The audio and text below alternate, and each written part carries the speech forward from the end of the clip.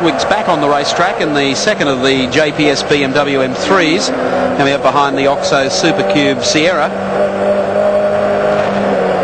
Oops, and there we have Trevor Ashby, is it? Around sideways. Yes, and Ludwig's only just avoided the nose of the Commodore. They just rebuilt that car. Oh, goodness me, she's got plenty of damage. The last outing here at Amaroo, they took the back off it. At Oran Park, they literally wrote it off and considered putting a new body shell on the car. Wally Story and the team have worked flat out in the past couple of weeks getting it back in shape. It's back out of shape again, Wally. Ooh. Escape, is it a Terry Shiel, you mean? Has caught the car on the way through. Touche, you got me. And bad luck indeed. I tell you what, I never cease to go on about this.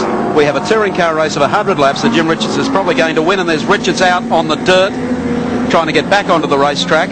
That Jim Richards will potentially win by about 10 laps, and if someone one day ever thinks of yellow flag laps to just halt a race, get a car off the racetrack and make it safe for everyone.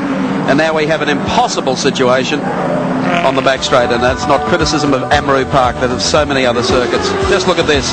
Mark Scaife, bang out. He was trying to avoid contact with the car. He'd had it around sideways. Richards has done remarkably well to save the BMW there, hasn't he? As he certainly has.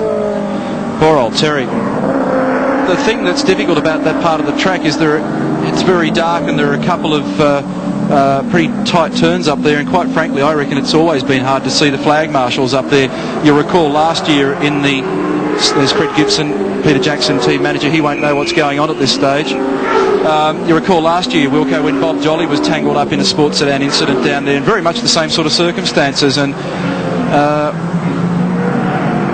Terry gets out of the car. I hope he's okay. It would appear to have hurt his leg.